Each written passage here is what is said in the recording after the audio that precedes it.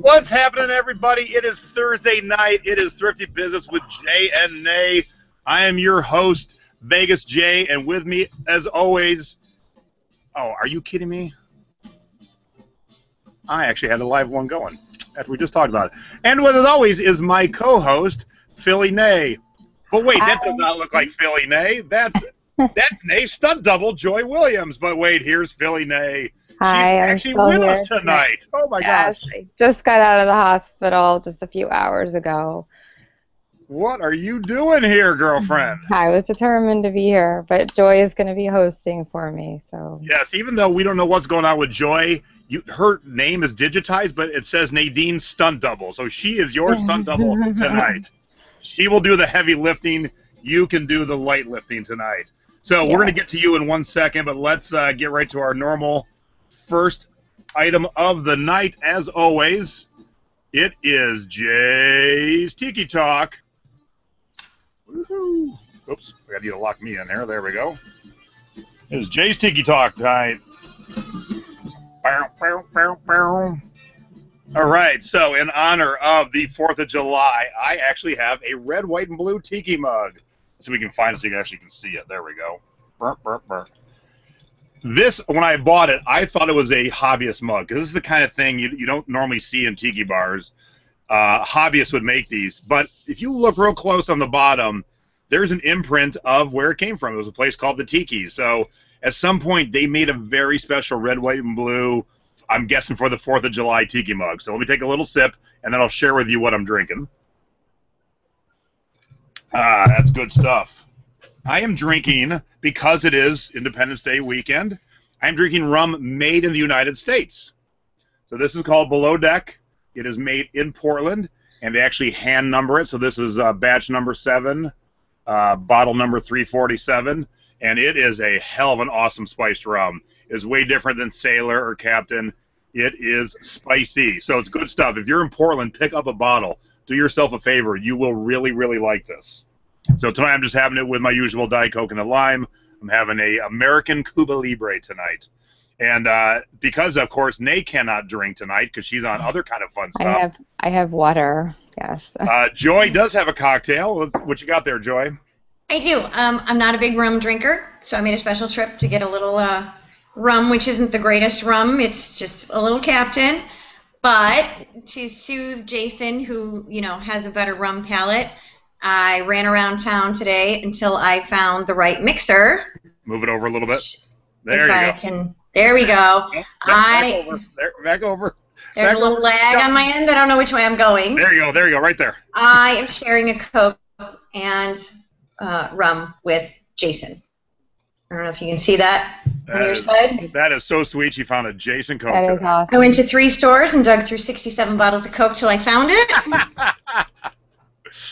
All right, so we want to give Nay a second to talk here. She wants to sit on the whole show. Joy's going to do the segments tonight, but if Nay is not feeling well, she is going to skedaddle, so I'm going to let her talk first. So, Nadine, the floor is yours, my dear. Okay.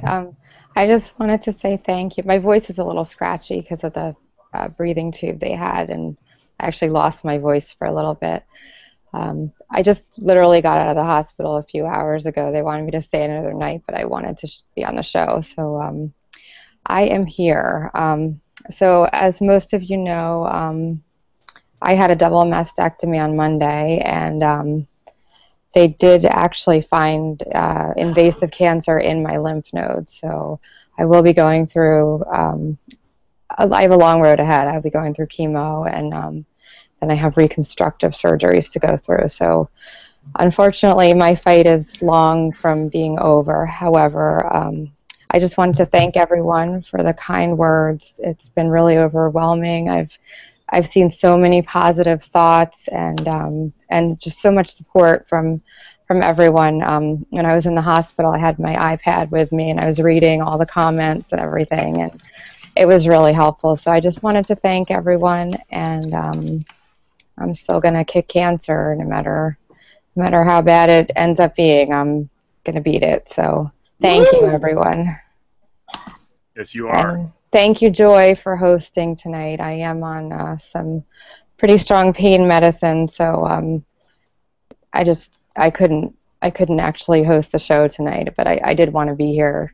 So thank you, Joy, for being my stand-in. I'm honored to be asked to be your stunt double. And you look beautiful. Thank you're you. going to kick cancer's ass. And Yes, I'm so I glad am. you're here hanging out with us. I am too. It's glad to be here. Thank you. Alrighty, so we are going to let Nadine just chill and watch the show. And what do we always do at the top of the show? We do our scores of the week. Yay! Yay! All right, let me see who I got loaded up here first. I guess I will go first because I am loaded up first. So here we go. So here's my score. Now, if you watched our first official episode where Nay and I were in Philly, you will recognize this score, and it is already sold. This is the Harl Taylor purse that I bought with Nadine at Philly Aids Thrift for $7 whole. I did not actually sell it for $169. I sold it for $142. Woohoo! Woohoo!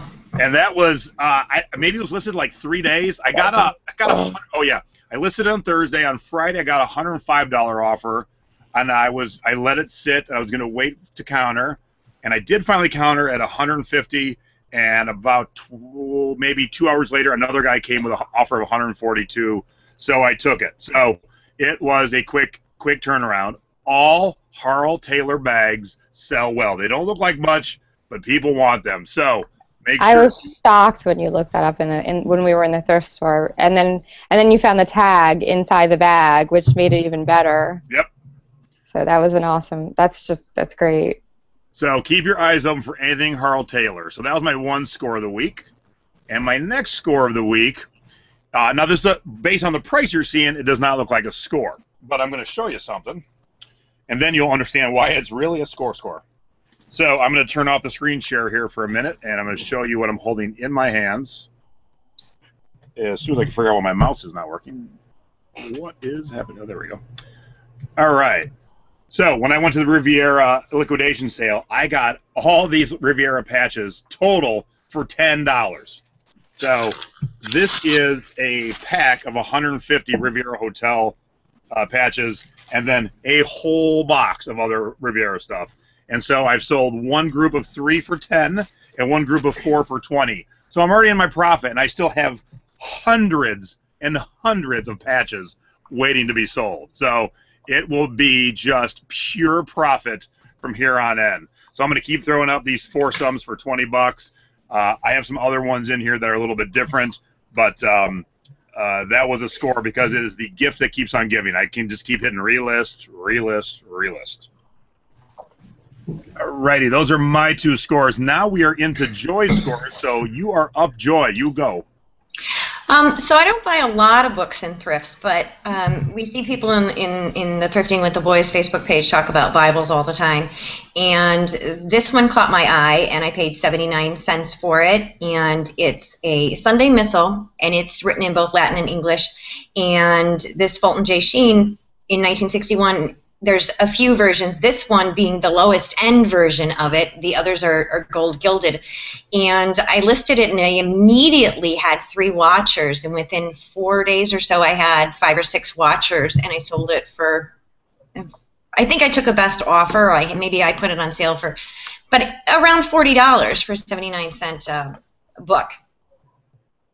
So that's a nice return, 79 cents to $40. And it went international. It went to Canada. It went to a pastor in Canada who paid shipping. Even better. That is definitely even better. And then here is another score of yours. Now, before you talk about it, did you try taking a picture on a dark background? Because I think it would have looked better. I tried to take that picture on everything I could think of, Okay. and it just was not working. And I thought that the one on the white background, as awful as it was, showed the Starbucks logo just a tiny bit more than the other background. So I thought, you know what, I'm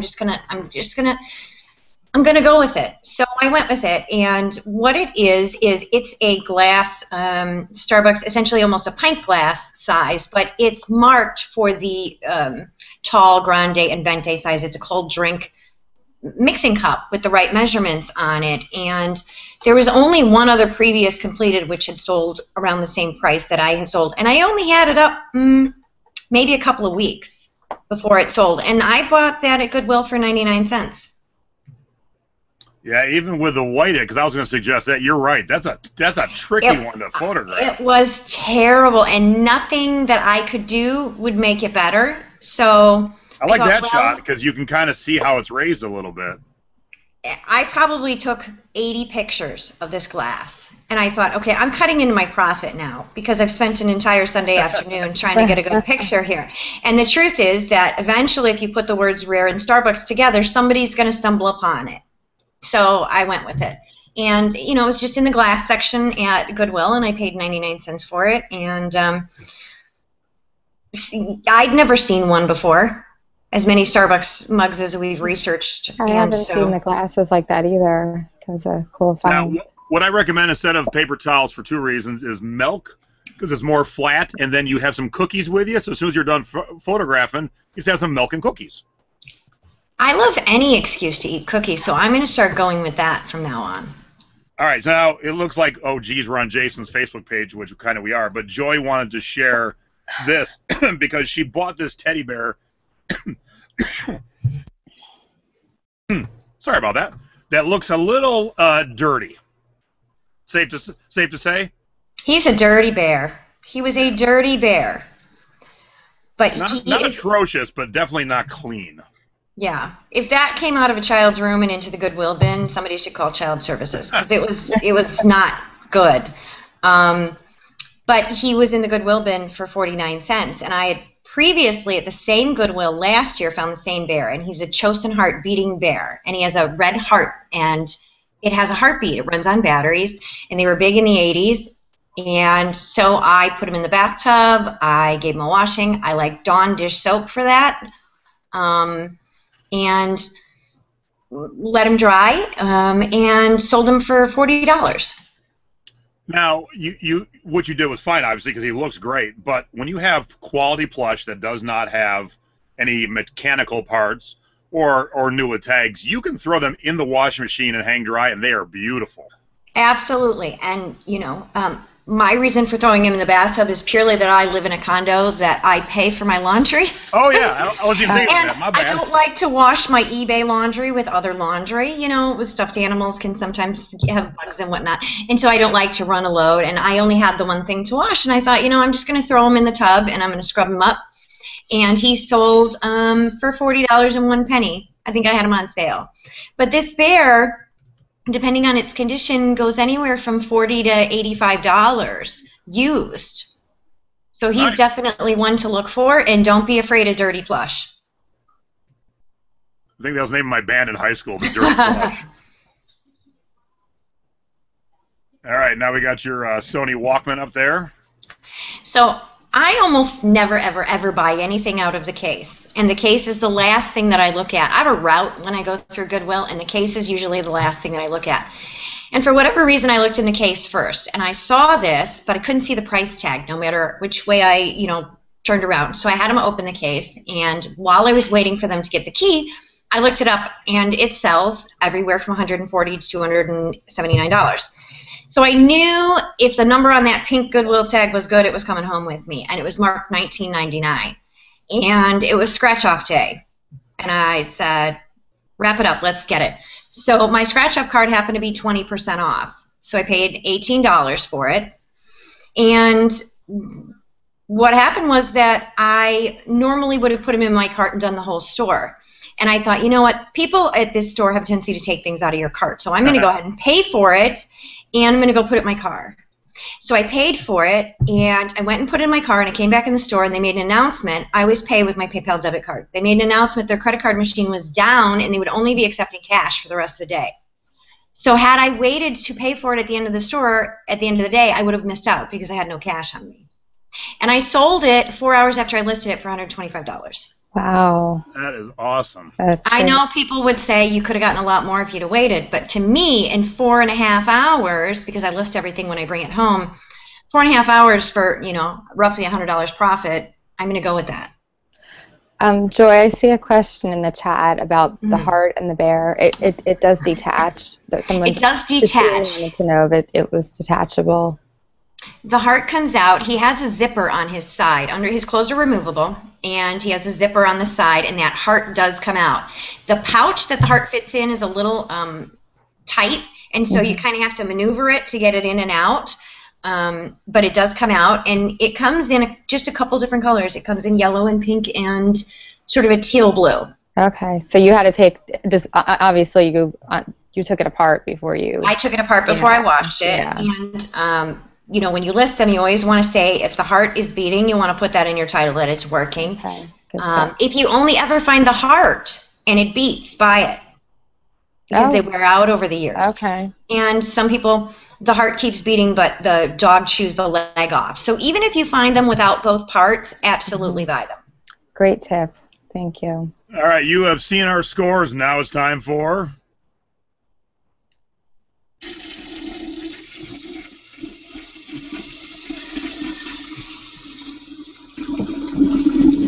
our duds of the week, because not everything is a winner. We all have mistakes. Here's mine that I've actually asked my group for help on. I changed some things around, and still nobody cares. I know Jason Giambi ended up embroiled in a scandal of steroids, but geez, for $25, I got this nice batting practice jersey from the Yankees. I'm like, come on, people. Where's all these Yankee fans? I bought it on the show, so I've had it for over a year already, and still nothing. So this is my loser. I can't sell this Jason Giambi jersey to save my life. And I think I had one other loser. Oh, yeah, so I bought this on the show, too. Now, this where a little bit of research would have helped me. I did not realize that this pitcher was supposed to come with 4 glasses. And I did a quick research, missing the fact that the ones that had sold had the glasses with them. So I'm like, oh, I got a sweet thing. I get home and realize, nope, I'm missing half the product. So this also has been sitting. It's a cool vintage Zenith, pitcher for cocktails or water or whatever. But nobody cares. Burr, burr, burr. Did you sell that for the full $34.99, or did you take a best offer on it? No, I didn't sell it. It's one of my duds. It's just sitting around. Oh, that wasn't sold. Okay. I didn't realize. My last 2 things are unsold. And look, page views, 263. Wow. No one's even made an offer. Come on, people. Make me an offer. I thought it was a sold item. I was going to say that wasn't too bad, but yeah. All right, so here, now we're on to Joy's duds. This one breaks my heart. I hear people talk about amber glass and vintage amber glass and ashtrays and whatnot, and I found this at Savers. It was $1.99. It's beautiful. There's not a chip in it. There's not a scratch. It weighs almost 3 pounds, and it has been in my store, I think, for almost a year now, and I cannot give this beautiful ashtray away at any price. I've had it everywhere from $25 to $15.99. Maybe I'll pick up a watcher now and again, but I can't give that ashtray away. And I just think it's fantastic. If you like the amber glass or the mid-century modern, nobody cares. Somebody said, Jason, change up your title on the picture. Just, what do you think, Paul? Rearrange the words? I mean, I'm stumped on that one. But I'm always open for suggestions, so yeah, hit me up. Now this one, based on the price you have, would not think to me as a dud. Here's the thing. I found this sweater in the late fall. Like, it's ugly sweater party time, and I thought, this is a major score. This is vintage. It's Peanuts. It's Snoopy. It's Woodstock. I mean, ugly sweater party. This is perfect. And I paid, I think, $3.69 for it. And one had previously sold in the same size, because medium can be a tough sell, for $125, about 2 months before I found this one. So I listed mine at $125. it has been on sale as much as half off. You know, I've had it for as little as $49.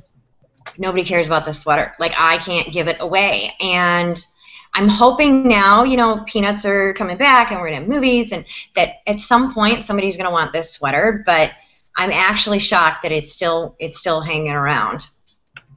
It's surprising. Usually Peanuts sells quickly. But, I don't know. Am I doing something wrong? I don't know. I don't know. I wonder if maybe you should pop it into our group and see if anyone has any suggestions on. Well, somebody just reminded us there's a new Snoopy movie coming out this year, so don't give up on it. No, don't. Yeah, maybe that'll. And actually, I had marked it down for a while. I had it, I think maybe, you know, I don't like to store a lot of clothes for a long time. I don't have a lot of storage space, so I thought, you know, I'm done with this sweater now. And I had it really marked down. And then when the Peanuts movie chatter started, I thought, well, if there's ever a time I'm going to get what was previously gotten for this sweater, the time is now. So I bumped the price back up. All right, we have done our scores, we have done our duds, and now it's time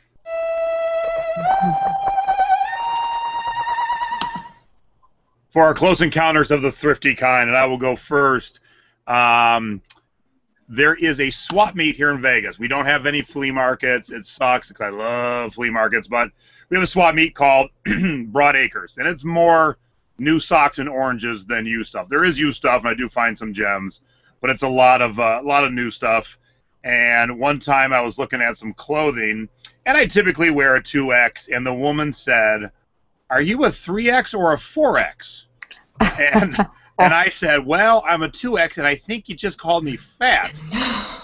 And she said, "No, you're not fat. You're husky," which I then said, I have not been called husky since I was a fat little kid. So thank you very much. And I ended up still buying the shirt from her, even though she called me fat. So that's my close encounters of the thrifty kind. All right, Joy, what's yours? You come up with a good one?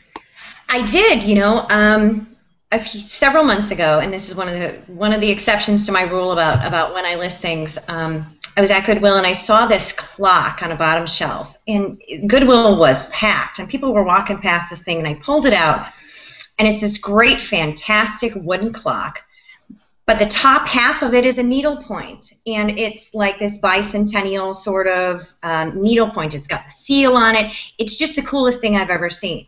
But the clock mechanism, which is fairly, you know, modern, maybe 70s, whenever, wasn't working. And replacing those kind of things is not my forte. So I called my thrifting partner in crime, Christine Larson, and I said, I think I can leave this thing behind. It's only $10 and it's so cool. What do I do? And she said, hey, I'll throw you $5. I'll replace it. You list it and we'll split it. Okay, great. So while we're talking, I have this thing in my cart. And all of a sudden, people are congregating around me, like a crowd of people. And they're like, that's so cool. Can I see it? Does it work? Are you going to buy that? Da, da, da, da, da. And at one point, I had about 11 or 12 people crowding around trying to get at this clock. And it got to the point where I said, you know what? I'm going to have to leave the store with this clock. And I said, I got to get out of here, because there were people who were literally following me through the store just in case I put it down. Oh, my goodness. I mean, you know, we all run into what I call the gimme that gang, the people who want what's in your cart, but this was something I had not experienced before, where it was a gaggle of people trying to get my clock.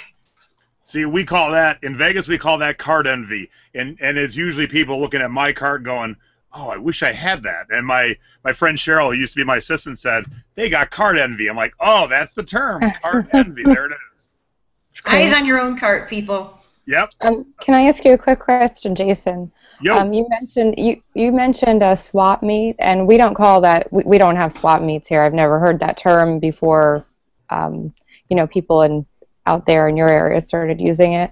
What is the difference? You said it's different than a flea market. I thought they were synonymous. What is the difference? So the swap meet here is mainly Mexican. So when Stace and I go, we're the minority, and so they're selling produce, oranges, socks, mattresses. You can get cell phones, but then there's a few booths scattered in and amongst that have used stuff. You can ride a pony, you know, it's that kind of thing. So it's not a true it's kind of like a flea market, though. Well, kind of, with a lot of, you know, stuff that none of us would be looking for. Like, I don't need to buy oranges and brand new socks. I just don't. Okay. All right. Thank you. Not that there's anything wrong with it, but, that's not what I'm looking for. I'm looking for the scores. All right, now it is time for the Thrifty Tip of the Week. And I'll go first, and here's my tip. When you're in any section in the thrift store and you still see things that are new and sealed, if it's something that's very common, though, pause and think. This is the first Trivial Pursuit, so basically Genus 1. And, the game's been out for 40 years now. But sealed, it sells for a ton of money. So if you look at the sales on eBay right now, open sell for like 12 to 13, sealed sell for like 30. And I've sold a sealed one on Amazon through FBA for 80. So the tip is keep your eyes open for sealed stuff. But I will tell you the one thing that Chris Green taught me that I never even thought about, if you can't, maybe you got some bad eyesight and you can't differentiate between sealed and not, he turns his flashlight on his camera and just kind of walks down the games, and it'll reflect more off of the cellophane. So even if there's too much stuff and you're having a hard time figuring it out, throw your camera on, walk on down, and you will see the reflection off of a sealed game very, very easily. And that's my tip. All right, Joe, you're up. So my tip is, and we see people say this sometimes in the groups, do not be scared off, do not be fooled by peeled up price tags. This is particularly true when you're buying glassware or dishes. See, people will say sometimes, oh, somebody else already peeled this price tag up and looked at the maker's mark and they left it behind, so it's not any good. One of my very first good flips were these Fornasetti coasters. They were made in Italy for a department store, a high-end department store in Los Angeles. It's no longer there. And I paid 49 cents a piece for them, and I sold them for $115. And they had their price tags peeled up. I bought another plate at another Goodwill for 99 cents. Somebody had peeled it up, looked at the maker's mark. I sold it later on for $60. Do your own research. Don't be scared. Not everybody who's peeling up a price tag is a flipper who's looking to make a profit. Some people are just looking to see what that brand is or if it's their pattern. So if it looks interesting to you, if it looks like it's going to be something that you could make money on, just because that price tag is peeled up doesn't mean you shouldn't look it up for yourself. Oh, my God, I love that idea. Yeah, that's great. I would have never thought of that. That's a great tip. Thank you.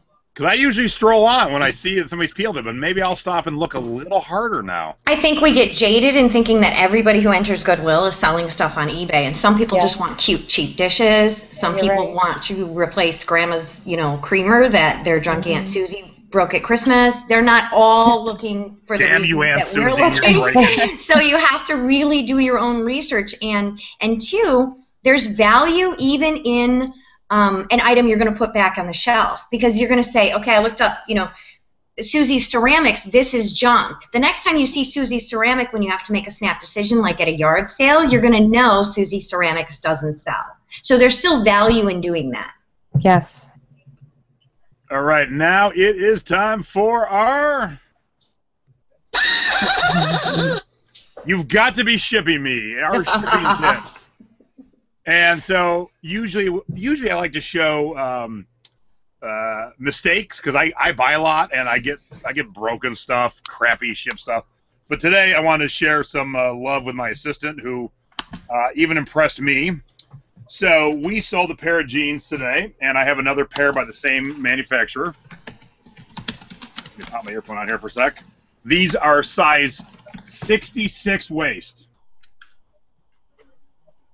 That in itself is amazing. Yeah, by 33. So that's a lot of denim. And he was able to get it in a flat rate mailer. 60, and actually the ones we sold today were 68. So those I just showed you were 66. So I will show you a picture of him. It took two things. It took some ingenuity in folding, and it took a little muscle. So here is the finished product. He turned that 68 by 33 jeans into a $5.35 shipping package across the country. So that's great. That is a tip. You should be using your padded flat rates for everything you can get into them. Absolutely. That's great. That's amazing. All right, Joy, what you got? A confession. So here's my "Are you shipping me?" confession, is that I'm a terrible shipper. And my tip for you, whether you're a new seller or you've been selling for a while, is to learn to ship properly. Learn to plan ahead. Figure out how you're going to ship things before you list them, because inevitably they're going to sell before you're prepared. And you do not want to be like me. You do not want to be at the all-night Walmart trying to buy a box to put something in where it doesn't fit. You don't know how to Frankenbox. You're paying retail for your bubble wrap. You know, honestly, I will confess that until a couple of months ago, I was still paying retail for bubble wrap. And now I buy it on the internet in big bales like this, much cheaper than I was paying, you know, for it at Walmart, and they bring it to my door. And the number one thing that I've lost money at doing this over the years is being ill-prepared to ship. I don't know what stuff's going to cost. I list it with free shipping, and then I find out that I've cut my profit down to almost nothing because I had no idea what it was going to cost me to ship it. So figure out your shipping before you list it. Learn about regional boxes. Don't pay retail for your packing supplies. So I'm going to actually do a little live on-air demonstration. One of our many friends in Thrifty with the Boys mailed me something. It was her first record purchase and her first record to mail. So I said, do you mind if I open it on the air? Because it looks pretty good. This is pretty impressive. And she said, no. So she said, you're going to make fun of me? I go, based on how well this looks, I don't think so. So I, across the hall from where I'm sitting right now, I have one of our guest bedrooms, and it is themed the movie and play South Pacific. And hanging on the walls, I have 57 different South Pacific records. And she found one I didn't have. So I was like, oh my God, I must have that. I think I said it just like that too. So, all right, so far so good. I cannot get it open. Let me tell you, the tape on here is amazing. This is, if you remember the glass ashtray I got a couple weeks ago, this puts it to shame by a mile. Oh my gosh! And my scissors are in the other room because my assistant was cutting tags off, and he didn't bring it back. So he'll be getting yelled at tomorrow. Always return the scissors to the office, as a rule in this household. Hey Jason, enjoy the album Sabrina. All right, Sabrina, so far so good. So I'm gonna slide it out. All right, nice bubble wrap. Wow. She was worried she did overkill, and it got to me in one piece. So if that's the case, then it's never overkill. And I really wouldn't change a whole lot. She did a great job. Oh yeah, that was absolutely beautiful. And I'll show you what I'm so excited to get. Boom. I have never seen this one. So to have 57 hanging up and have one you've never seen, that's pretty impressive. It's great. And good job, Sabrina. I know you're watching. That was awesome. Good job on your first one. Let's get the rest of your records sold. That's a good follow-up from Bobby last week, too, because he was explaining about shipping records. So yeah, and she's new to it. So she was like, I don't know what I'm doing. And that was great. What a great That first is great, one. yeah. Good job. Alrighty, so now we have our...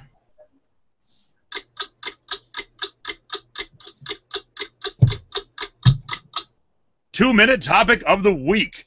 And Nay is going to participate, so you're actually going to get 3 minutes instead of 2 this week. Ta-da! Something different. All right, so let's get this off. Let me get the timer in the window here. All right, where are we? There we go. Oops, I want to get really close. Burp, burp. There we go. All right, so, oh, I should have read it out loud. How do you process, organize items from purchase to inventory? So you buy the crap, you buy the treasures, you get it home, and what do you do from that point? So you got 60 seconds. We're going to let our guest go first. So I'm popping Joy onto the big screen, and let me get ready to start it. And you are off, Joy. Go. As a general rule, I list everything as soon as I bring it home. When I unpack my bags, I take my price tags off, I take my pictures, I put it all away. Then I can list from the app anytime I want. I don't have to put things away. When I'm thrifting and I look something up and I say, okay, this is what it sells for, what I do is I say sell similar. I change that price if it's not quite what I want it to be, and I save as a draft. Then when I've come home and I've taken those pictures, when I've unpacked my bags, I have the template loaded for my listing. And that way everything gets listed 24 to 48 hours after I bring it home. Unlisted inventory costs you money. It's not about the money you're going to make. It's about the money you've spent, the money that you've paid out to buy that inventory. You can't pay the light bill with it. You can't buy groceries with it. You got to move that merchandise. And so the quickest way to do that is not to let it pile up until you have 6 months of purchases laying around and you don't know where to start. So list it. Now, Nay, she hit 55 seconds just for you. I made a point. I said, if I'm going to be Nay's stunt double, I'm bringing it in at 55 seconds. All right, Nay, I'm going to put you next. So here we go. So before Jason was in Philly twice and I went thrifting with him, I was listing everything right away. What I usually do is when I bring home my purchases, I put the unlisted inventory in. I have these red dollar store bins. They're just like the fold-up fabric kind. Now, however, I have several bags that aren't listed with me being in the hospital and all the thrifting I've done recently. So, but what I like to do is take my pictures first, and then I literally take my pictures, put them in separate folders on my PC. Sometimes what I do when I list patterns and whatnot, I will list them on mobile and just do the picture as I'm going along. But with other things, I do edit the pictures a little. So ideally, I like to have 2 bins full, and that's it. Everything else is listed. However, right now I have several bags. Once I get them listed from the bins, they go into Rubbermaid storage containers, and that's it. What? My buzzer stopped working. There we go. Yeah, I don't know what happened there. So my buzzer stopped working. What the hell? But Joy is right. It's best to get everything listed as soon as possible. All right. I have a whole different thing. So here we go. Okay, I'm different because I buy way too much. I have 2 storage units down the street, 10 by 10, both of them. One is full of product. If I ever didn't pay my bill, you would be like, "Holy cow!" And if it went to auction, you'd be like, "Oh my God, this is amazing stuff," because everything's labeled, and that's the key. I buy so much stuff that when I come home to sort it out, I got bags and bags and bags and bags and bags, and I have all these tubs lined up. And so I have a denim or pants tub. I have a Hawaiian shirt tub. I have a T-shirt tub. I have a ladies' clothes tub. I have plush. All these. So I will just sit on the couch with all my bags on my lap, and as I enter them into the database of what I paid for them, I just chuck them in that tub. And once they're in the tubs, then I stack them all up. If my assistant doesn't have anything to work on tomorrow, I give him 1 tub and the rest go to storage unit, and I kind of get them into my shelf. So I buy a lot. I got a lot to sell, but it's all ready to go, so it's easy to go grab a tub, give it to my assistant, and tell him, "Here, sell this." All right, 1 minute. Woo! That was awesome. And being the 4th of July and I grew up in the country, I also like shitty light American beer, so cheers. Here's a Bud Light. All right, we are a little over, so let's get to our guest. Our guest tonight is a good friend of mine. She is known as the Pudgy Picker. She is Jennie Hess, and I am looking for... There we go. Well, hello. Where is Jennie? Let's bring her on here. Hello. There she is. What's happening, Jen? How are you? Not much. Just enjoying the weather. And now, okay, so Jennie's a hometown Cleveland girl. I'm from Cleveland. She's from Cleveland. How's the weather today? Because I know it has sucked lately. Well, we stopped raining, and at least we have like mid-60s. Today it barely hit 70, so oh my God, great day to be garage selling. It was a 108 here today. Wow. No, thank you. So, for those who don't know, Jen has her own YouTube channel. She's known as the Pudgy Picker on YouTube. It's funny, when I say your name, people get all like, they're thinking I'm calling you Pudgy. I'm like, no, she calls herself Pudgy. I wouldn't. I'm a big fluffy fella. I would never, ever do that. But no, Pudgy, I'm good. I answer to that. Jen does her own YouTube videos. She does a lot of haul videos. She goes to garage sales, thrift stores, and auctions mainly are her big 3, if I'm not mistaken. Yep. And so we're going to jump into your scores and duds, but Joy and I watched a lot of your videos today, so we have some questions, and I think Nay does too. So, but let's jump into your scores. We want to share what awesomeness that you have been selling, and this first one's kind of funny. and I'll tell you why. So before you go into talking about it, Okay. I'm watching like your April video, and I knew this was your score because you sent me the link, and I heard a cuckoo clock in one of your April videos, and I'm thinking, does she have a lot of cuckoo clocks, or is it this cuckoo clock?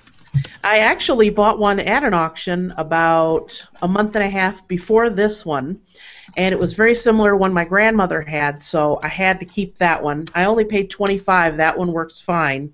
This one I got at a garage sale for $7. It was in a box in pieces, so you're not sure what you're going to get when you see it. It was a cold day, it was kind of raining, and the lady was just like practically ready to pay me to carry stuff out the door. And she said, how about 10? And her husband looked at her and said, 10? And I said, yeah, I'll think about it. And I kept looking, and when I went up to pay for a couple other items, she said 7. And her husband's like, are you sure? And she goes, I'm sick of looking at it. And I said, okay, I'll take it. So, yeah, I accepted an offer of $250 this morning. And it was perfect timing because I was going to be on the show. But I watch a lot of your videos today. You needed to fix this a little bit, didn't you? I had a little experience from getting the one that I kept. There's a lot of YouTube videos on how to adjust the time. This one had a few issues. Physically, condition, beautiful. Everything worked. The time was perfect. There is a second door on it that would not stay closed, and I wasn't sure because it wasn't really doing anything as time went on. So it does have a few issues with it, but the timing is good, the weights.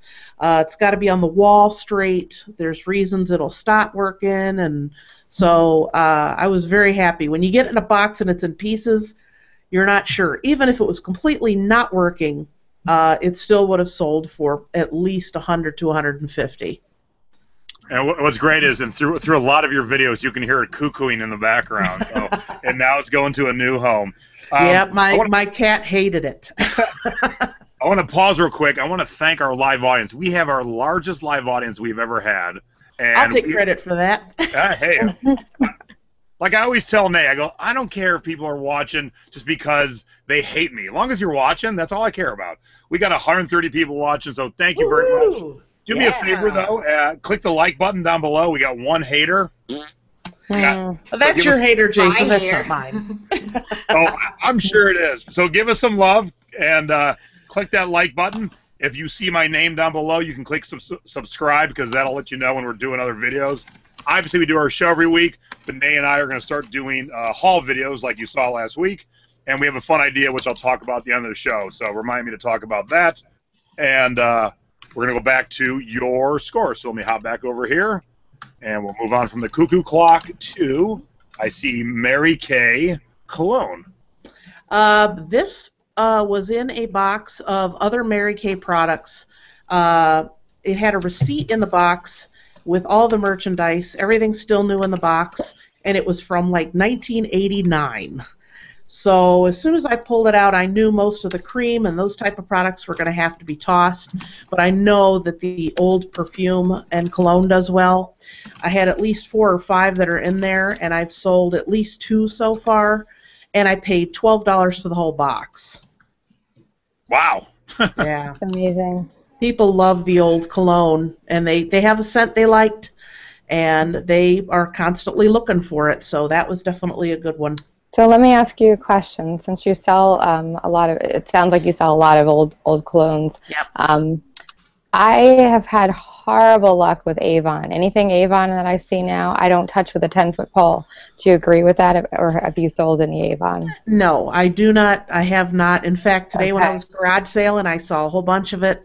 Even the collector's edition or special decanters. I learned that lesson early on. I was just wondering if you had had any luck. So no, if you got anything that's probably, I would say, 60s-ish, some of the scents from back then, not even in a fancy bottle, I would take a chance. But in the last probably 20, 30 years, don't bother. Don't bother. Okay, so I'm on target with that. It's not my listings. It's Avon. No, it's definitely, that's something I never touch. Okay.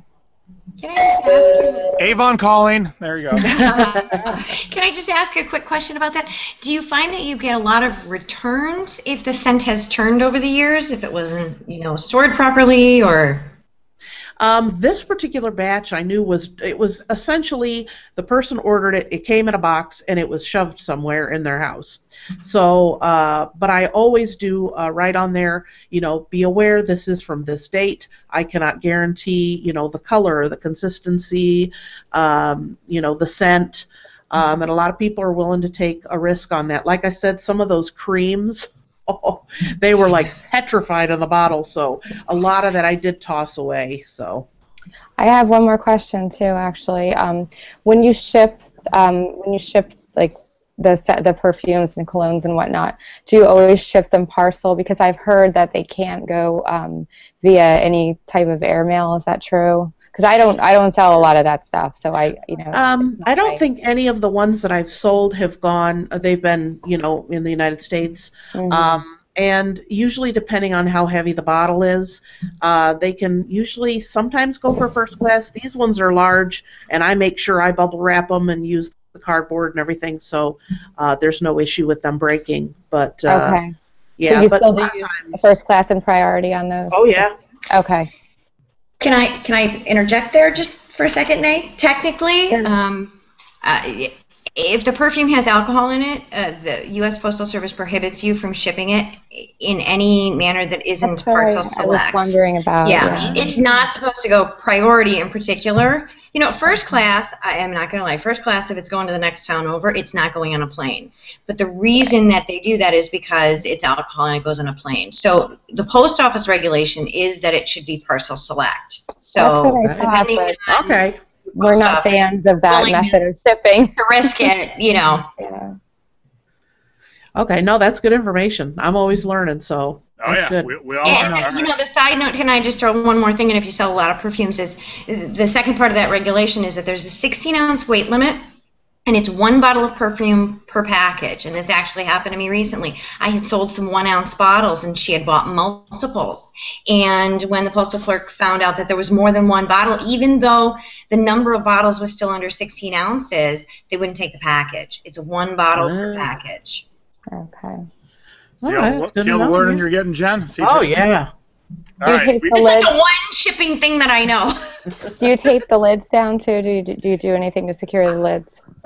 Usually, if I wrap it with bubble wrap really good, it's not really an issue for me. Okay. Yeah. Thank you. We are off perfume, and we are on to what looks like a Canon lens. Well, I must give credit to my son for this one. This was at a garage sale, and my son's really been picking up a lot of camera equipment. This one was marked $35, brand new in the box. He offered him $30, and of course, with his gorgeous baby blue eyes, they said yes. And the lady said, I don't know why anybody wants those anymore. We got the cell phones. We don't need those. And sure enough, it sold very quickly for $190, buyer paid shipping. Very nice. I'm training them good.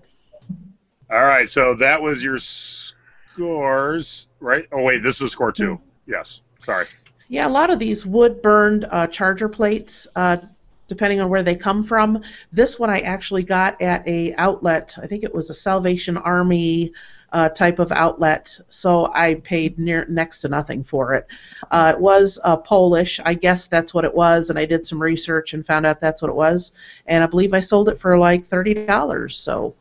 All right, so let us know, what is a charger plate? That was my question as well. A charger plate is essentially when you go to a fancy restaurant and they have a wooden plate or a larger plate underneath your dinner plate.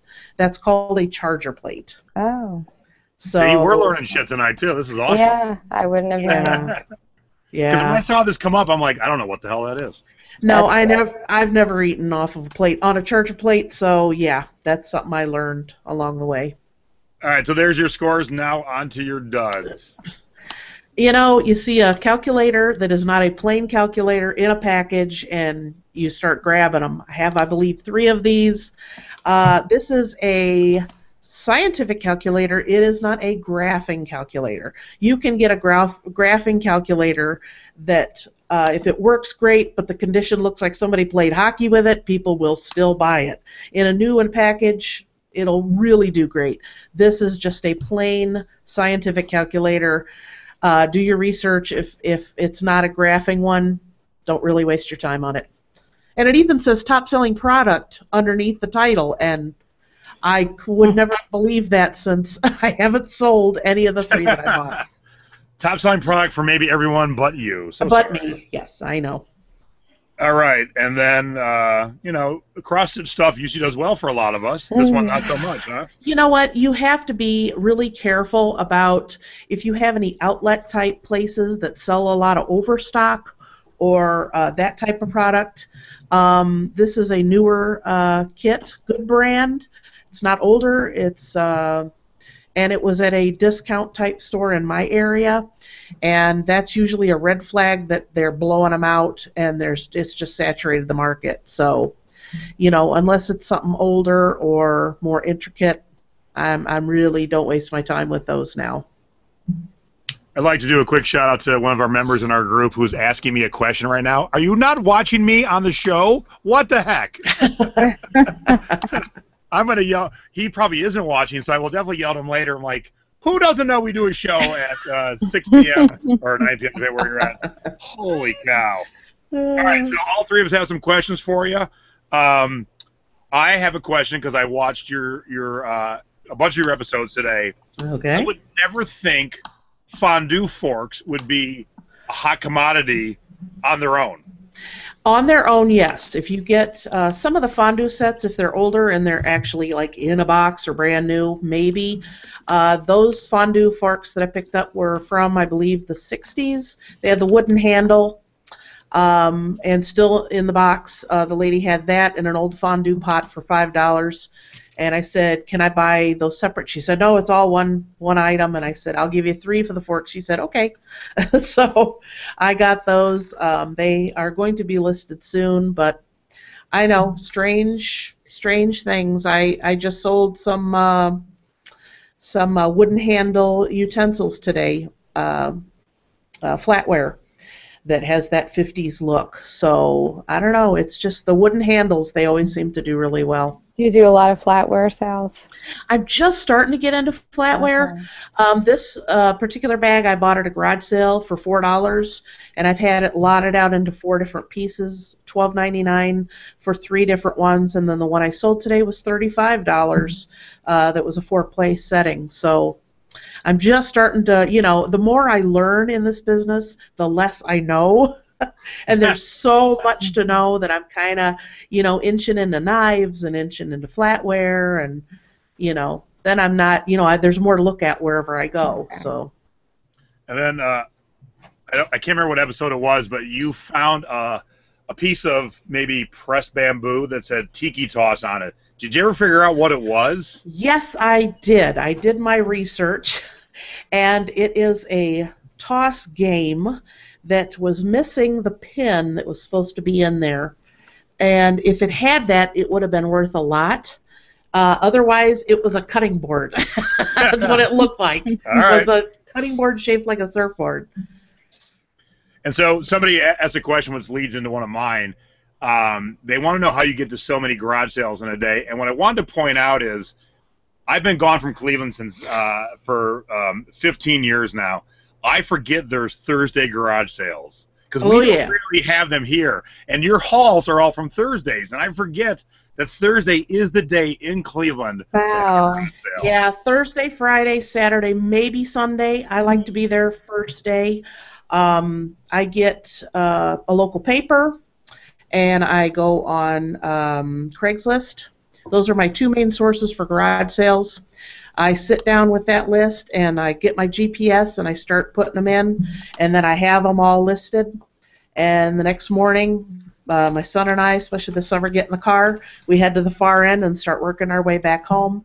Today was kind of a skinny day because I think of the holiday. I only went to 22 garage sales. Oh my goodness! I think my record was a day last summer, and it was I think 46 or 48. Oh my goodness! And that was crazy. the question. Somebody wants to know, how do you get to so many? Now, I remember Cleveland, and you could get to a lot because they're there. Now, what happens in Vegas is people say, I'm having a garage sale. And Vegas is a 24-hour town. They party all night. You drive all the way across the city, and there's no garage sale because they were too busy partying the night before. But hate Cleveland, that does not happen. If they say they're having it, they are having it. But how do you get to 40-some in a day? We start early, and it's funny, too, they don't even open early around here. They usually open at 9 o'clock. So we're out of the door by about 8:45, and we just start hitting them in order. And, you know, I know what I'm looking for. I don't take a lot of time. I go up, I look around, make a decision, back in the car, on to the next one. And where I live, and about 20 minutes away, that's the area that I go. So, you know, one of the towns has a huge cluster of garage sales. And then if you hit a street sale, that's like a bonus. Or you get a development sale, that's all the better. Yeah, I was going to say you must really have a strategy down pat to be able to do that many in a day. You know, as far as, you know, like someone asked about our thrifting, strategy, like what sections do we hit and whatnot. So obviously you know your way around a garage sale, and you must have a certain. Yeah, knowing the area that you're in is good. I know when I put things in the GPS, it'll tell you, okay, one is 1.5 miles and one is 1.7, but they're in opposite directions. So I've really kind of perfected it that I know basically where the streets are, because when I'm driving back and forth and I'm going past the same streets, that's kind of frustrating. But it's funny. I mean, I meet so many of the same people since I've been doing this so long. And I'll see them, and they'll say, "Oh, you were at my garage sale last year." Or, "I had a lady stop me getting into the car last week, and she said hi." And I'm thinking, how does she know me from the antique mall? And she said, "You were at my garage sale last week." So I was like, "Oh, hi, how you doing?" So you got to be nice out there and be kind, because you're going to meet the same people over and over again. Yeah. Do you source just mainly garage sales, or do you do thrifting as well? Garage sales are my mainstay in the summer. Okay. What about estate sales too? Yeah, estate sales, if they're not professionally run, and even then you can still get some deals, because the people even who run professional estate sales, they don't know everything. There's a lot of things they kind of leave out. So I do estate sales all year. When the weather gets cold and nobody's doing garage sales, I'll do thrifting. Okay. Check Craigslist, and Craigslist, that's a good even one. my own antique mall. I'll go in and find things that people don't know how much they're worth, so I can get a few scores there. And auctions. So I do a lot of auctioning too. Okay. Yeah. I haven't ventured into auctions yet. That's a real hit and miss. Sometimes you go and you're like, this is great, and then other times you go and you're thinking, there's so many things I could be doing right now other than sitting here. But yeah, I mean, you just don't know. It's a surprise every time you go. Do you sell any clothing, or is it all mostly collectibles? And a lot of things that I do clothing-wise. I'll do leather jackets. I have a couple fur coats. I've done a couple mink stoles. Sold those in my antique booth. Nobody wants those at the auction. I usually get them for $5, and I've sold 2 in the past month for about $35 a piece. They're gross. They're weird. They give you the willies, but hey, they're making money, and I'm all for that. All right, Joy, you watched some of her videos today. You got questions? I did. I actually have 2 questions. The first is, you mentioned in that same in the video about where you hit the multiple garage sales in one day. You said, just in passing, you said, "You know me in colanders, and this will be great in my booth." And I was just wondering, can you tell us a little bit? Are colanders something we should be on the lookout for? Is there something? They sell pretty good in my antique booth. They're also good for display in my antique booth. But there's a few things, and I know every reseller has this, there's a few things you're always drawn to, even if they don't necessarily bring you a lot of money. And I love colanders. Don't know why. Reminds me of my grandma, I think, is a big part of it. Antique photos, things like that. Whenever I see them, I just love digging through them. So I always do really good with colanders, and I've got probably 3 or 4 in my house, and it's like I don't need any more. So as soon as I get them, like I said, they're great for display in an antique booth. So. Okay. And the other question I have is Jason and I were talking about this the other day, because he sells a lot of T-shirts. He finds a lot of great concert T-shirts. A lot of people do, and I have my thrifting partner in crime, Christine, and I always say, we never find good T-shirts. We don't find concert T-shirts. We don't sell T-shirts because we just don't run across them. And so Jason and I were talking the other day. Is this a geographical thing? We're Midwest girls. Do you run across a lot of those?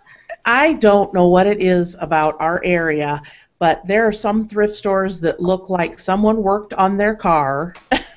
And then, like, it ripped as they were taking it off, and they donated it. So I don't know. That it must be a regional thing, but okay. I don't do really well on T-shirts. I always look, but I don't know. One of these days I'll be shocked and find something great. But yeah, I really think it's a regional thing because, we do it all. We do bag sales, and we do garage sales, and we do thrifting, and we do all these things. We just don't see them. I mean, we see junk. Basically. No, they're sad looking. They really are. I mean, some of them, they look like somebody was helping with the birth of a calf or something. It's like, ugh. Yeah, so it's not good stuff. Wow, descriptive. A birth of a calf. Yeah. When you come to Chicago, Jay, we are going to go on a fact-finding mission about these T-shirts because the things that you see in our stores here in our garage sales, like, you don't even want to touch them long enough to, like, check the price on them, even if you were thinking about reselling them. They're just not good. No, it's something I don't even look in usually. I just kind of pass it by, and I always, every time I hear people selling them, I'm like, well, maybe I should look again, and then I look, go. You think you're missing out, but we're really not. And I told Jason the other day, I said, the only concert T-shirts that we find here are ones that nobody would admit to having gone to the concert anyway. The show is bad. The band is embarrassing. All right, you want some admission? I saw Milli Vanilli in concert. Okay, there you go. There's your admission for the night. Wow. And I love Milli Vanilli. They were that comes on the radio, I turn it up and I sing it loud and proud. So. Real quick, we're a little bit over the hour mark, and we're not going to go 2 hours like last week, but we still got tons of people live, and Jen is awesome.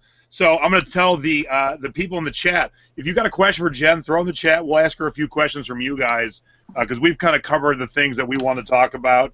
So throw in the chat. And while we're waiting for some questions, I want to say a couple things. I'm going to be in Cleveland. I'm going to lead some classes coming up around the country. So I will be in Cleveland August 13th leading the class. So if you're seeing this, you're the first to hear about it. Hit me up. I can only take about 10 or 12 people. So drop me a message on Facebook. It'll be Thursday morning. So I know you're going to be garage sailing, Jen, but I'm leaving. Oh, I'm garage sailing. Sorry. We'll meet for lunch because I'm going to be we'll be on the west side of town. Also, in 2 weeks, I'm going to be in Orlando and Tampa. I'm doing a class in Orlando near Disney World, and I'm doing a class in Tampa. So Thursday the 15th of July maybe, and then Friday, whatever the Friday is, in Tampa. So if you're seeing this, hit me up. You can be one of the first ones to sign up. Facebook/TikiPug. That is me. And I got people saying, come here, come there. Look, I would love to come everywhere where everyone lives. I can't do that. But when I travel, I always throw a class. I got to go home. My wife is turning 50. I know she looks a lot younger than that, but we're throwing a big party for her in Cleveland, so I'm going to have a class. I'm doing the Scam Power Conference in Orlando, and then I'm hanging out in Tampa with some friends. So we're doing a class in Orlando. Then I'm hopping over to Tampa to have a class. So those are the classes coming up. Somebody says Pudgy has the best theme song opening. So good job on. Let's talk about your daughter. I gotta give her some shit. I'm gonna do it publicly now. Oh, she's really been a big help. You know how inept I am with technology. It's terrible. Yeah, I will admit you are. But let me say, if you saw the interview that we did, Jen and I, we were at a local dive bar in Chardon, my hometown. It is a bar that I've been a regular at since I was 16 years old. I am sorry, Mom and Dad. And so I've always hung out there, and Jen wanted to interview me. So she came out and met me. We interviewed. It was loud. It was loud, but true to Chardon drunken fashion, some girl who I don't know leaned in and hugged me and went, I want to be on TV, and she hugged me. And Jen's daughter cut that out of the video. And when I watched the interview, I go, that was the money shot. Now, we all know what the money shot is. If you've watched adults' videos, you know what the money shot. That's the payoff. The payoff I'm gonna have her get it, and I'm gonna put it in a video then, just so everybody can see. That's what I'm talking about. she cut that out. That was the best part because it was so perfect and unscripted. That was the best part. And that was early in the evening too. Yes. Yes. Yeah. No, I'll have her dig that up, and I'll do. She's like, "Oh, I can't believe that. You should have interviewed somewhere else." I'm like, "Look, he's in town for a certain amount of time. You got to take what you can get, you know." So.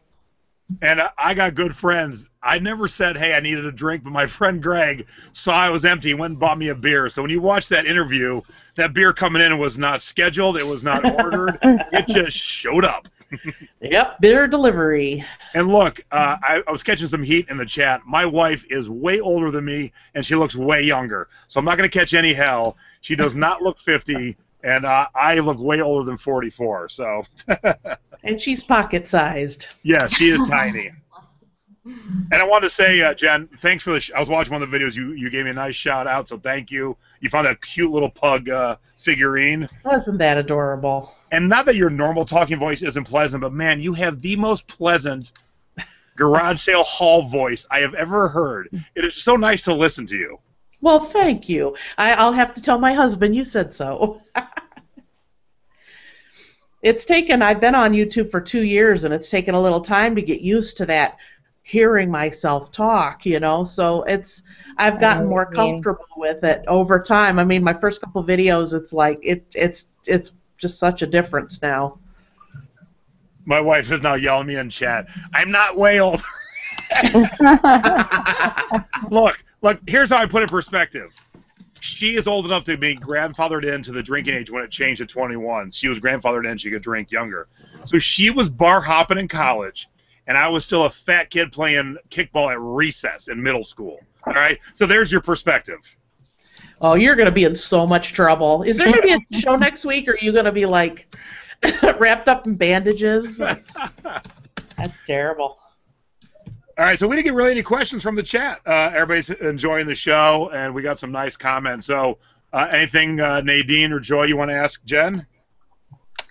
I don't have any more questions that I can think of right now, but I just want to say that you were an awesome guest, and thank you for so much great information. Thank you. I tell you, there's so much to learn, and I've learned so much by being on YouTube. It's really an education. Years ago, I thought YouTube was just a channel for people getting like hit in the crotch and stuff like that. Now I'm like, wow, that's really valuable stuff.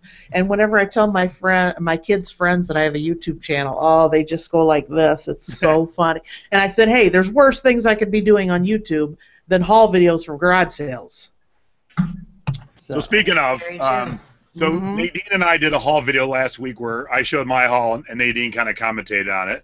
And obviously we all know Nadine just had surgery, so she will not be out thrifting tomorrow, that's for damn sure. No, it's going to be a little bit. But we had an idea.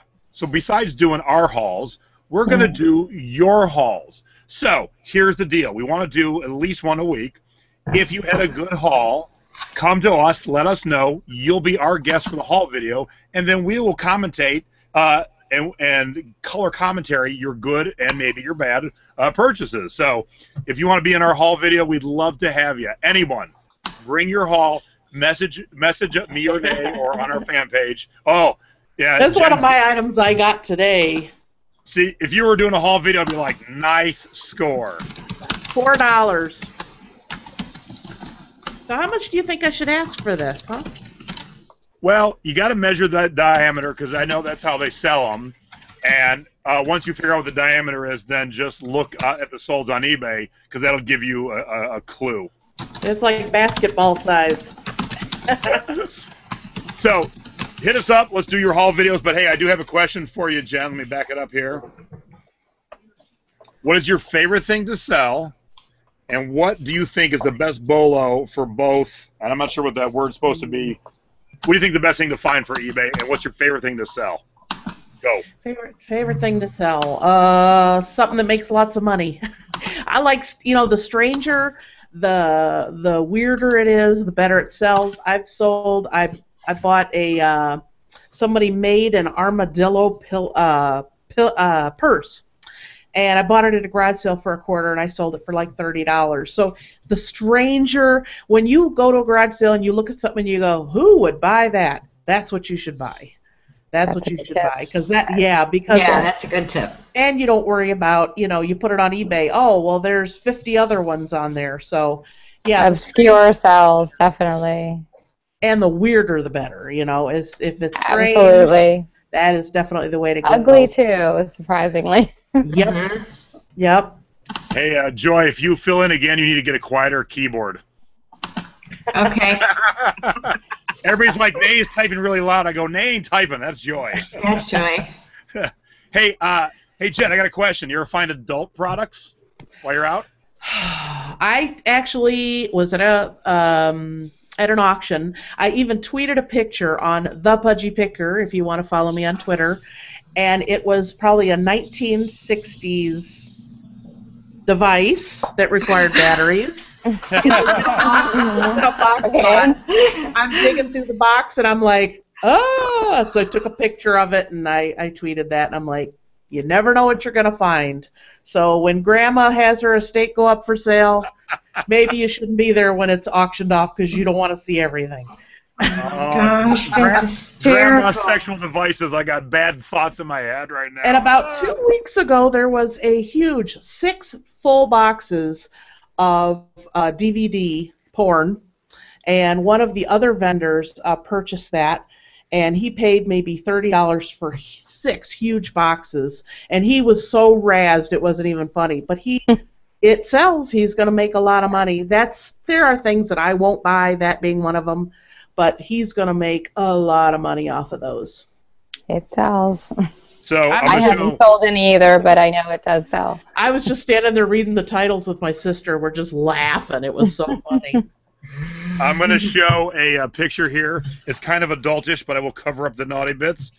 Nadine and I were at a flea market in Philly, and these two Blu-rays, here, let me put myself on the screen. These two Blu-rays were next to each other, Tittylicious and Bambi. Yes. They were literally sitting right next to each other. It was, wow. Yes, it was very Two ironic. ends of the spectrum there. Yes. No kidding. Yeah. Mommy, can I have Tittylicious? No, you're getting Bambi. Oh, I'm sure there's a porn out there called Bambi. I would almost I'm guarantee sure. it. Probably. I think so, probably.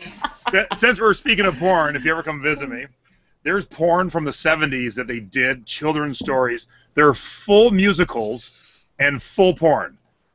I have Snow White and Cinderella. So they are singing the songs, and it's full porn. It's crazy. Oh my I God. just Little Red Riding Hood just like popped into my head. Thanks. I gotta mentally erase that now. I gotta say, I've loved all my shows, but having a hometown girl on is extra special to me. Yep, not too far from your mama, so you got to come home and see her and when you come in August. Thank you for Yeah, being go our garage guest. sailing with her. That would be fun. Oh, yeah, Mom and Dad love to get up and go out. So, yeah, if they're not babysitting grandchildren, you guys should definitely do a Thursday pick together. Yeah, we should. Thank you for being our guest, and Joy, you were a great stunt double. Thank you very much for covering for me tonight. I was not feeling well enough to do the whole show. I'm glad I made it to sit in.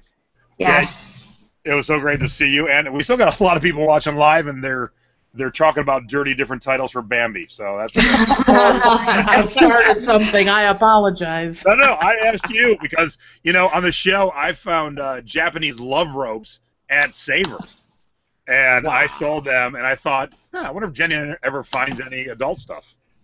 Yeah, I do.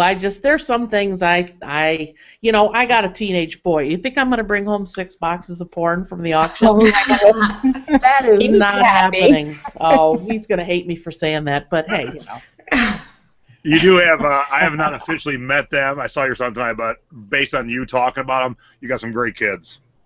Yeah, I'm a little biased, but they're really good kids, and my son is really taken into the buying and reselling, and that's his summer job this year. So he did it last year too, and he's it's forced time with Mom, so I couldn't ask for anything better.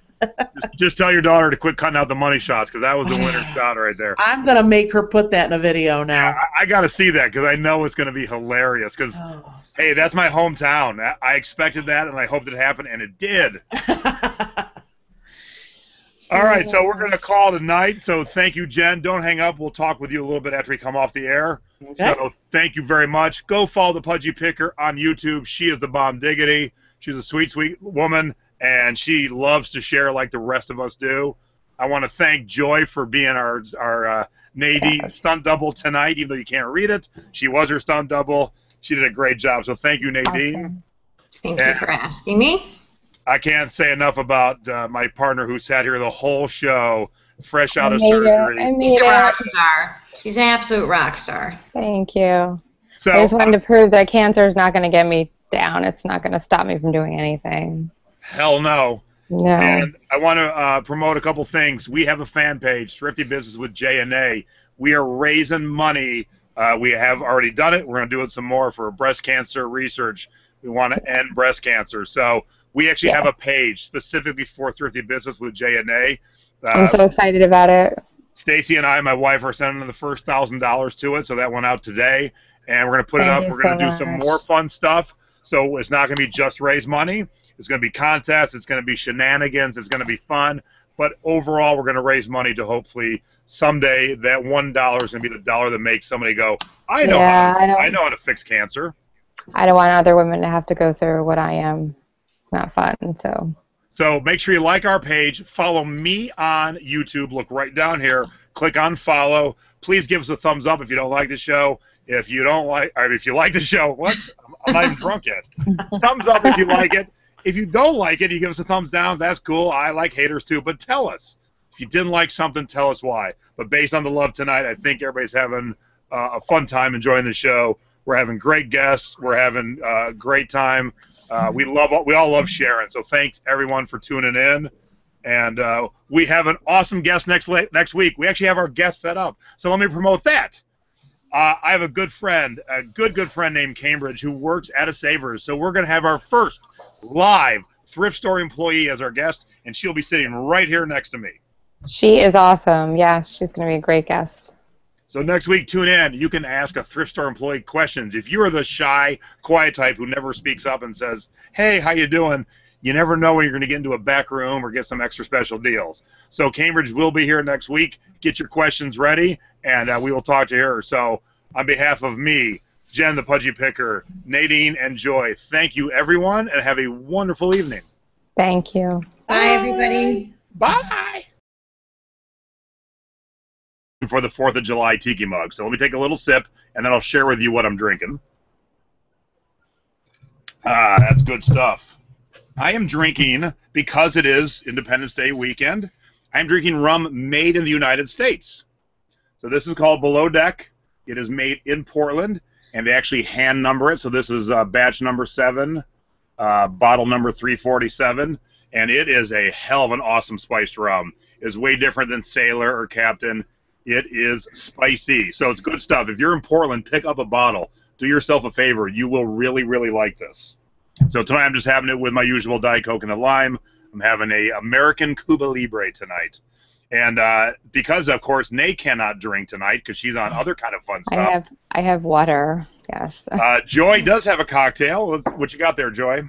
I do. I'm not a big rum drinker, so I made a special trip to get a little rum, which isn't the greatest rum. It's just a little Captain. But to soothe Jason, who, has a better rum palate, I ran around town today until I found the right mixer. Move it over a little bit. There you go. There we go. Back over. There's a little lag on my end. I don't know which way I'm going. There you go, right there. I am sharing a Coke and rum with Jason. I don't know if you can see that on your side. That is so sweet. She found a Jason Coke. That is awesome. I went to 3 stores and dug through 67 bottles of Coke till I found it. All right, so we want to give Nay a second to talk here. She wants to sit on the whole show. Joy's going to do the segments tonight, but if Nay is not feeling well, she is going to skedaddle, so I'm going to let her talk first. So, Nadine, the floor is yours, my dear. Okay. I just wanted to say thank you. My voice is a little scratchy because of the breathing tube they had, and I actually lost my voice for a little bit. I just literally got out of the hospital a few hours ago. They wanted me to stay another night, but I wanted to be on the show. So I am here. So I don't buy a lot of books in thrifts, but we see people in the Thrifting with the Boys Facebook page talk about Bibles all the time. And this one caught my eye, and I paid 79 cents for it. And it's a Sunday Missal, and it's written in both Latin and English. And this Fulton J. Sheen in 1961, there's a few versions, this one being the lowest end version of it. The others are gold gilded. And I listed it, and I immediately had 3 watchers. And within 4 days or so, I had 5 or 6 watchers, and I sold it for, I think I took a best offer. Or maybe I put it on sale for, but around $40 for a 79-cent book. So, that's a nice return, 79 cents to $40. And it went international. It went to Canada. It went to a pastor in Canada who paid shipping. Even better. That is definitely even better. And then here is another score of yours. Now, before you talk about it, did you try taking a picture on a dark background? Because I think it would have looked better. I tried to take that picture on everything I could think of, Okay. and it just was not working. And I thought that the one on the white background, as awful as it was, showed the Starbucks logo just a tiny bit more than the other background. So I thought, you know what, I'm gonna go with it. So I went with it, and what it is it's a glass Starbucks, essentially almost a pint glass size, but it's marked for the tall, grande, and venti size. It's a cold drink mixing cup with the right measurements on it, and there was only one other previous completed which had sold around the same price that I had sold, and I only had it up maybe a couple of weeks before it sold, and I bought that at Goodwill for 99 cents. Yeah, even with the white, because I was going to suggest that. You're right. That's a tricky one to photograph. It was terrible, and nothing that I could do would make it better. So I like that shot because you can. So as most of you know, I had a double mastectomy on Monday, and they did actually find invasive cancer in my lymph nodes. So I will be going through. I have a long road ahead. I'll be going through chemo, and then I have reconstructive surgeries to go through. So unfortunately, my fight is long from being over. However, I just wanted to thank everyone for the kind words. It's been really overwhelming. I've seen so many positive thoughts and just so much support from everyone. When I was in the hospital, I had my iPad with me, and I was reading all the comments and everything, and it was really helpful. So I just wanted to thank everyone, and I'm still going to kick cancer no matter how bad it ends up being. I'm going to beat it. So thank you, everyone. Yes, you are. And thank you, Joy, for hosting tonight. I am on some pretty strong pain medicine, so I couldn't actually host the show tonight, but I did want to be here. So thank you, Joy, for being my stand-in. I'm honored to be asked to be your stunt double. And you look beautiful. And Thank you're going to kick cancer's ass. And Yes, I'm so I glad am. you're here hanging out with us. I am too. It's glad to be here. Thank you. Alrighty, so we are going to let Nadine just chill and watch the show. And what do we always do at the top of the show? We do our scores of the week. Yay! Yay! All right, let me see who I got loaded up here first. I guess I will go first because I am loaded up first. So here we go. So here's my score. Now, if you watched our first official episode where Nay and I were in Philly, you will recognize this score, and it is already sold. This is the Harl Taylor purse that I bought with Nadine at Philly Aids Thrift for $7 whole.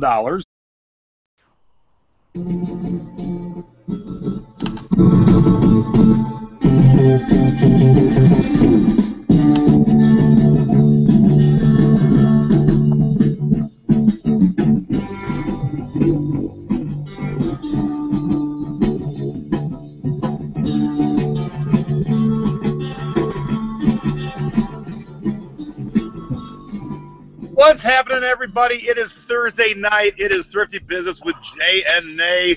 I am your host, Vegas Jay, and with me, as always... Oh, are you kidding me? I actually had a live one going after we just talked about it. And with, as always, is my co-host, Philly Nay. But wait, that does not look like Philly Nay. That's Nay's stunt double, Joy Williams. But wait, here's Philly Nay. She's actually with us tonight. Oh, my gosh. I just got out of the hospital just a few hours ago.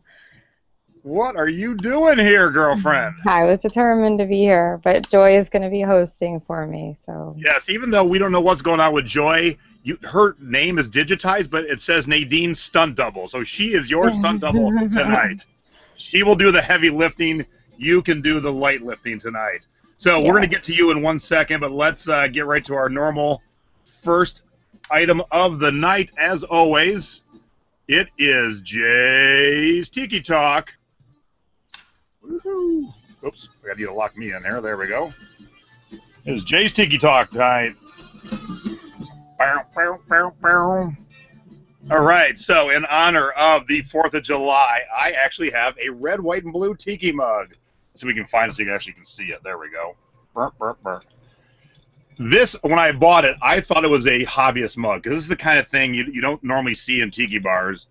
Hobbyists would make these, but if you look real close on the bottom, there's an imprint of where it came from. It was a place called the Tiki. So at some point, they made a very special red, white, and blue. I'm guessing I did not actually sell it for $169. I sold it for $142. Woohoo! Woohoo! And that was maybe it was listed like 3 days. I listed it on Thursday. On Friday, I got a $105 offer. And I let it sit, and I was going to wait to counter, and I did finally counter at 150, and about maybe 2 hours later, another guy came with an offer of 142, so I took it. So it was a quick turnaround. All Harl Taylor bags sell well. They don't look like much, but people want them. So make sure. I was shocked when you looked that up when we were in the thrift store, and then you found the tag inside the bag, which made it even better. Yep. So that was that's great. So keep your eyes open for anything Harl Taylor. So that was my one score of the week. And my next score of the week, now this is based on the price you're seeing, it does not look like a score. But I'm going to show you something. And then you'll understand why it's really a score. So I'm going to turn off the screen share here for a minute, and I'm going to show you what I'm holding in my hands. As soon as I can figure out why my mouse is not working. What is happening? Oh, there we go. All right. So when I went to the Riviera liquidation sale, I got all these Riviera patches total for $10. So this is a pack of 150 Riviera Hotel patches, and then a whole box of other Riviera stuff. And so I've sold one group of 3 for 10 and one group of 4 for 20. So I'm already in my profit, and I still have hundreds and hundreds of patches waiting to be sold. So it will be just pure profit from here on in. So I'm going to keep throwing up these foursomes for $20. I have some other ones in here that are a little bit different, but that was a score because it is the gift that keeps on giving. I can just keep hitting relist, relist, relist. Alrighty, those are my 2 scores. Now we are into Joy's scores, so you are up, Joy. You go.